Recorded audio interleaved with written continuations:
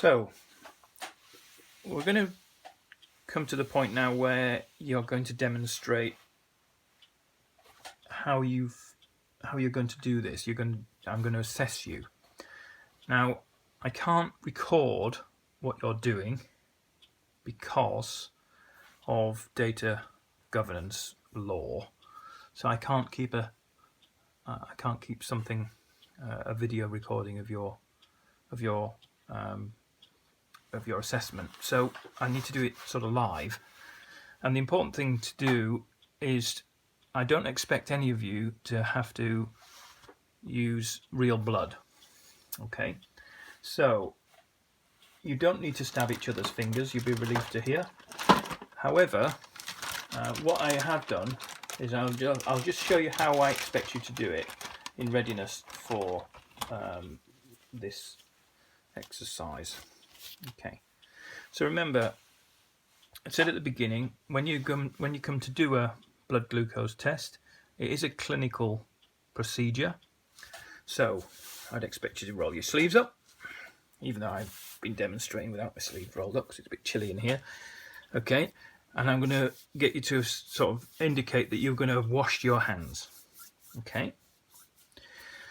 In the current climate, we're expecting you to wear gloves.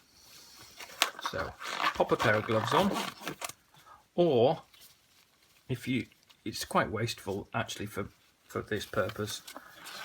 You can do the universal "I'm putting gloves on" kind of thing when you come to it. But I'll pop gloves on anyway, just for today. Okay, so I've got me washed hands. I've got gloved hands for the time being. As I say, it's in the current climate that we're using gloved hands. Ordinarily, we don't need to use gloved hands because we're not coming into contact with body fluid, because all of this is non-touch.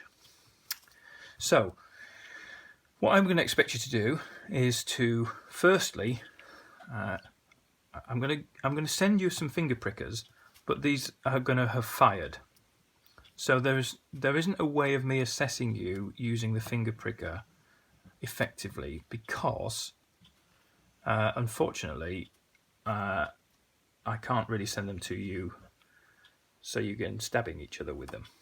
So what I'm going to get you to do is I'm going to send you one of these finger prickers that's already fired. So this is where we do a bit of acting. So when it comes to actually doing the sample, I need to take the glove off again now. You would need to indicate that you were setting up the finger pricker. You'd show that where you were putting it for the assessment, and then you would press the trigger even though it wasn't going to fire. And you'd say the lovely word "click." Got it? Click. When you've gone click, then one of your colleagues will pop a blob of fake blood on there. Okay, that's the idea of doing that. So using the finger pricker is going to be put it on click. Let's just go back a fraction. So when you're doing the assessment, I'd expect you to set up the finger pricker. I'd expect you then to have set up the machine. But before all of that, remember, you've got to make sure your service user is ready. Make sure they're ready. Make sure that they've got hands washed or their skin is cleaned. Make sure you have consent from them. Okay, so once you've got all that, you've got your machine up and running. It's now asking for blood. You've got your finger pricker. You're going to go to your service user or to your colleague for practice, and you're going to press that down, and you're going to say click by pressing that button.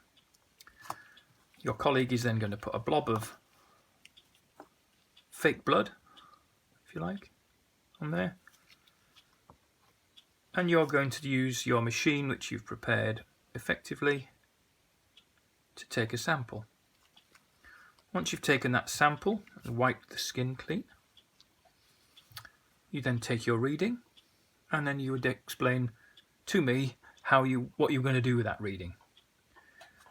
Just to say that the readings aren't going to be too wayward, because this is fake, and it's always going to give you the same sort of reading. It won't be identical every time because of the different stuff that's on your skin. So when you use this stuff and you put it on skin, it will give you different sort of readings, but only very, very slightly different.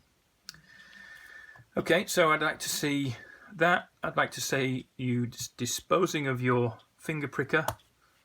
I don't throw it straight into a sharps bin, because we need to recycle them just for practice and for teaching and assessment.